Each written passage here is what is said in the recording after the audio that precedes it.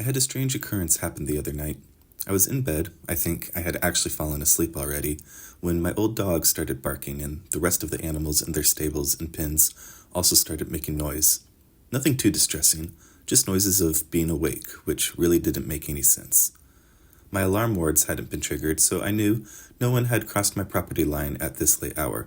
But just the same, I got out of bed, pulled on some clothes and boots real quick, grabbed a lantern, and walked over to my barn, and sure enough, all the animals were awake and active, as if someone had woken them. I called out to see if anyone had gotten past my alarms, but there was no reply. I didn't think there would be, but I had to check. I then walked through the barn looking to see if anything was amiss, to see what might have woken all the animals at once, and what my dog was barking at. I didn't see anything until I extinguished my lantern and turned to head back in. Then, out of the corner of my eye, I saw it. A faint white wisp floating through the air, the beginnings of a ghost. Ghosts, by and large, are harmless, though often annoying or a nuisance. They start off incorporeal, almost like a fog or cloud, just floating through space looking for a place to rest and haunt.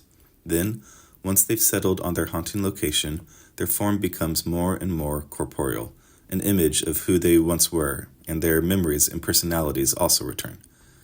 Somehow, I must have missed that this particular ghost has been in my barn for a little while, because while it was still primarily in its misty sort of form, every now and then, I could see the flash of an image of a woman's face. I'm fairly certain she was a dwarf because of the accent when she wailed out, and she mostly cried out words like gold, stone, and hammer. I have no idea how far the ghost must have traveled to reach my barn, and I'm not exactly sure what to do about her now that she's here. I gave her a final shush before leaving, to which she replied, "Masonry!" So, I suppose I have a new tenant in the barn. I just hope she doesn't keep the animals awake every night. Like, follow, and comment for more tales from the Fantasy Farm.